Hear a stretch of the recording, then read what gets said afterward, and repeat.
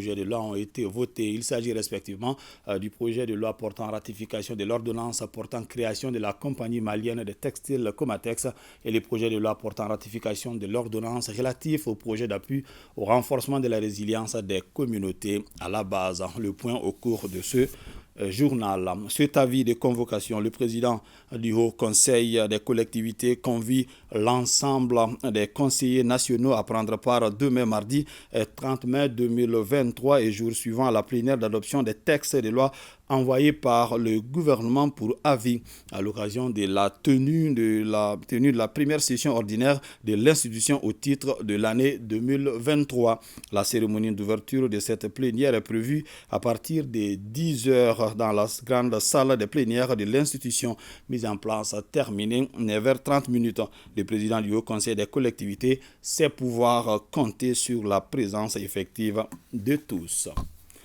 Je vous le disais dans les titres, depuis la rectification de la transition, le Mali a décidé de prendre son destin en main. Des réformes politiques et institutionnelles sont engagées pour refonder l'État. Une lutte implacable est menée contre les terroristes. À cela s'ajoute la diversification des partenaires, ce qui vaut une cabale médiatique et diplomatique contre le pays, constatent les panafricanistes, des spécialistes en géopolitique ou encore des anciens diplomates et militaires. Une situation qu'ils dénoncent et appellent les Maliens à l'union sacrée face à l'adversité. Grand angle de la rédaction signé Ibrahim Traoré. Le Mali fait-il face à un acharnement médiatique et diplomatique ? Tout porte à le croire, selon plusieurs observateurs de la scène politique nationale et internationale. Le pays, engagé dans une lutte implacable contre le terrorisme et dans un processus de refondation de l'État, a fait le choix de diversifier ses partenaires. Un choix inadmissible pour certains pays. Au quotidien, des stratégies sont mises en œuvre pour discréditer les autorités de la transition et saper le moral des forces de défense et de sécurité. Ces spécialistes en géopolitique n'est pas surpris par ce qu'ils qualifient de jeu d'intérêt. Aujourd'hui, dans le Sahel, vous avez les États-Unis, l'Union européenne avec la France, la Russie, l'Iran, la Turquie, la Chine, l'Inde et les autres, comme ils peuvent, les pays arabes, tout le monde est là pour jouer. Et l'Occident, c'est toujours la théorie du chaos. Il faut s'aimer les troupes et venir se porter en pompier, sapeur-pompier, et qui vient pas pour éteindre le feu, mais pour contrôler le feu. Ils se battent pour le vol, ils se battent pour la rapine, ils se battent pour le brigandage, ils se battent pour le gangstérisme contre les populations paisibles que nous sommes, parce que nous gérons notre sous-sol fabuleux que nous avons. Lorsque Barkhane est parti, ça fait mal à la France. C'est comme si on sèvrait un enfant. Lorsqu'on sèvre un enfant, l'enfant pleure. L'enfant réclame le lait. L'enfant, tant qu'il n'a pas ce lait, est capable du pire. C'est ce qui arrive à la France. Au-delà du terrorisme, le Mali fait face aussi à une véritable guerre dite informationnelle, avec notamment l'instrumentalisation des questions de droits de l'homme. L'épisode Moura en est une parfaite illustration. Quelques jours après le rapport controversé des Nations Unies, le gouvernement réagit dans un communiqué précisant que cette situation s'ajoute à celle créée le 22 mai 2023 par l'accusation formulée par le porte-parole du département d'État américain lors d'un point de presse et relative à un prétendu rôle que le Mali aurait joué pour faciliter la fourniture d'armes dans le cadre d'une crise pour laquelle le Mali a observé la stricte neutralité lorsque les aspects substantiels étaient examinés. À Bamako, des leaders d'opinion n'ont pas tardé à fustiger des allégations non fondées. C'est lamentable. Le Mali a toujours été et sera un grand pays dans le monde. Nous fûmes aussi de grands royaumes, de grands empires qui ont rayonné et ont fait rayonner le monde. Et nos villes de Tombouctou rappellent, Mandé nous rappelle, si aujourd'hui les autres s'acharnent contre nous, c'est parce que nous sommes le nombril de l'Afrique. Si le Mali éclate, c'est l'Afrique de l'Ouest qui éclate. Et c'est toute l'Afrique qui éclate avec. Le Mali entretient une collaboration bilatérale avec la Russie. Les armes qui viennent au Mali pour libérer le Mali du terrorisme, tout le monde le voit. Est-ce que le Mali a besoin de faire trafiquer des armes à partir pour amener en Ukraine?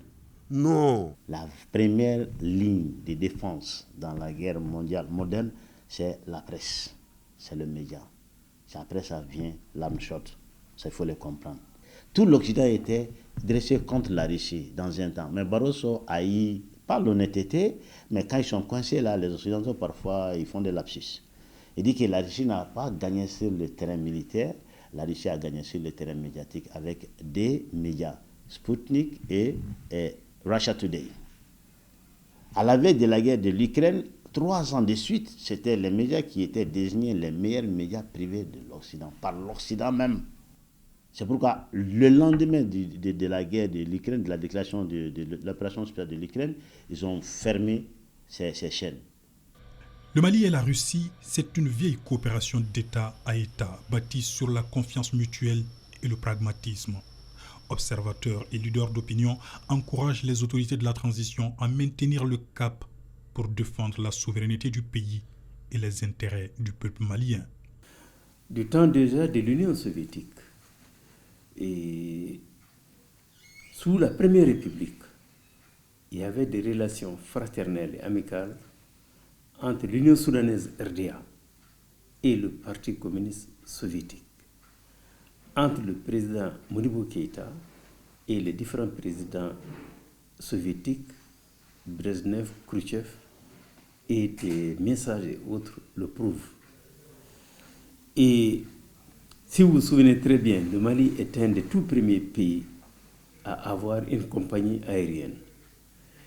Et dans le cadre de cette coopération, Air Mali avait plus de 10 avions qui étaient russes. Et la formation des cadres était encore un des éléments plus importants. Au niveau militaire, l'armée malienne, à partir de 1962, a vécu particulièrement sous un socle de l'aide fraternelle et amicale avec la Russie. Moi, avec l'attaché militaire, nous parvenions pratiquement à avoir plus de 500 bourses militaires chaque année. C'était pour la formation, pour les stages et autres. C'est qu'aucun autre pays au monde ne donnait au Mali. Donc c'est une coopération légendaire, fraternelle, et qui réellement a obéi à l'ensemble des moyens dont dispose un ami pour soutenir un autre. C'est eux qui ont aidé le Mali à installer les bases économiques sur intervention de Modibo. Tout ce qui a été dans tous les domaines, nous avons la situation, tout le monde le sait. Qu'ils reviennent, on leur tend la main. Mais quand l'impérialisme perd un cheveu, il considère qu'il est atteint dans son âme.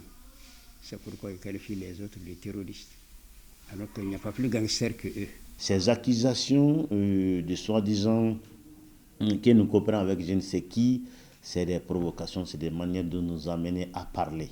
Le gouvernement a dit depuis plus d'1 an déjà et n'a jamais cessé de répéter, et tous qui veulent comprendre en réalité le savent.